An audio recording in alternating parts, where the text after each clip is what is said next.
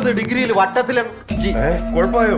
ആ സമയം കിട്ടുമ്പോഴൊക്കെ അതിലൊന്ന് ന്യൂസൊക്കെ വെച്ചു നോക്ക്. അൻസിബ ഹസനെതിരെ വ്യാജ കേസ് തൃപ്പൂണിത്തുറ പോലീസ് സ്റ്റേഷനിൽ കൊടുത്തു എന്ന് പറയപ്പെടുന്ന ആ വനിതാ എക്സിക്യൂട്ടീവ് അംഗം വേറെ ആരുമല്ല, അത് അമ്മയുടെ വൈസ് പ്രസിഡന്റ് കൂടിയായ ലക്ഷ്മിപ്രിയ എന്ന ഞാനാണ്. ഒരു പ്രത്യേക ജീവിതമല്ലേ നിങ്ങളുടെ ഭ്രാന്ത് മാറിയതല്ലേ? പോടാ പറ്റി.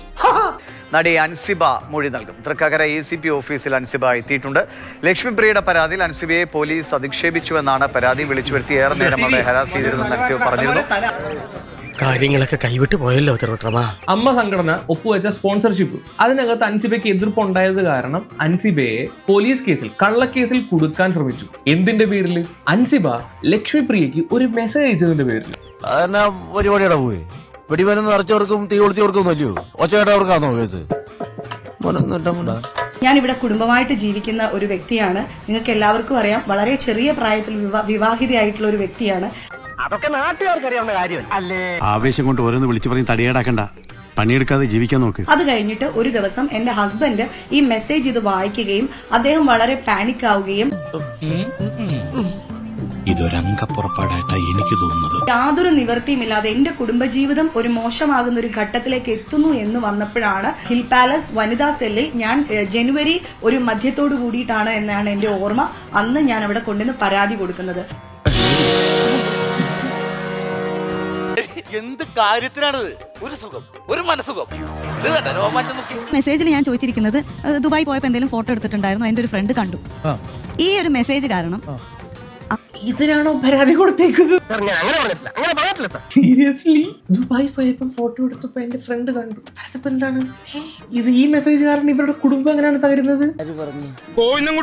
നീ നന്നാവില്ല, അത് താൻ പറഞ്ഞിട്ട് വേണോ ഞാൻ അറിയാൻ. അൻസിബയുടെ ഒരു മെസ്സേജ് കാരണം ലക്ഷ്മിപ്രിയയുടെ കുടുംബത്തിൽ ഒരു മാസം നീണ്ടു നിൽക്കുന്ന കുടുംബ വഴക്ക്. കൊള്ളാം, ബെസ്റ്റ് കുടുംബം. ക്ഷമിക്കണം, ഉപദ്രവിക്കരുത്, ജീവിതമാണ്. എന്റെ പേരിൽ അൻസിബയെ സ്റ്റേഷനിൽ വിളിച്ചു വരുത്തി. സ്റ്റേഷനിൽ വെച്ച് നടന്ന കാര്യങ്ങൾ കേൾക്കാം. അത് കഴിഞ്ഞിട്ട് SI എന്നോട് പറയുന്നത് അൻസിബ ചെയ്തത് വലിയ തെറ്റാണ്. കാവലാണ് കാക്കി, അത് മറക്കരുത്. നമ്മളവരെ ബഹുമാനിക്കണം, അപമാനിക്കരുത്. അൻസിബ ഈ മെസ്സേജ് അയച്ചത് കാരണം ഈ സ്ത്രീക്ക് എന്തൊക്കെ അനുഭവിക്കേണ്ടി?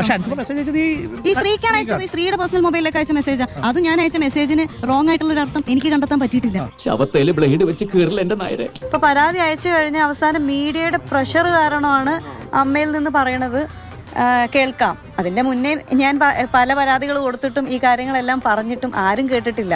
മീഡിയയുടെ പ്രഷർ കാരണം മാത്രമാണ് എന്നാ കേൾക്കാം എന്ന് പറഞ്ഞു. നീ അവന്മാരോട് ചൊറിയാനും നിക്കണ്ടേട്ടാ. ഞാനൊന്നും പോണില്ല, നീ വേറെ വള്ളികളൊന്നും വരായിരുന്നാ മതി. ഇതേ ഞാൻ ആരോപണം പറയുന്നത് ആർക്കെതിരെയാണ്? ടിനി ടോം. നീയും തയ്ച്ചു വെച്ച ഒരു ബ്രേസീർ. നീ അദ്ദേഹത്തെ സപ്പോർട്ട് ചെയ്യുന്ന പ്രസിഡന്റ്, എനിക്കെതിരെ വ്യാജ പരാതി നൽകിയ വൈസ് പ്രസിഡന്റ്, ഇങ്ങനെ ഇരിക്കുന്ന ഇവരുടെ മുമ്പാകെ ഞാൻ വീണ്ടും ഹാജരായി വീണ്ടും ഞാൻ ഈ കാര്യങ്ങൾ പറഞ്ഞു കഴിഞ്ഞാൽ എനിക്ക് നീതി കിട്ടുമെന്ന് തോന്നുന്നുണ്ടോ? അല്ലെങ്കിൽ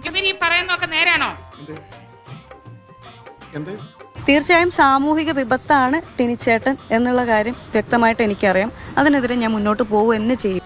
ഇതേതാണ്ട് എലിക്കണിയിൽ സൂന വെട്ടതുപോലെ സൂനോട്ട് എടുക്കാനും പറ്റില്ല, കെണി ചുമന്നുകൊണ്ട് നടക്കുകയും ചെയ്യണം.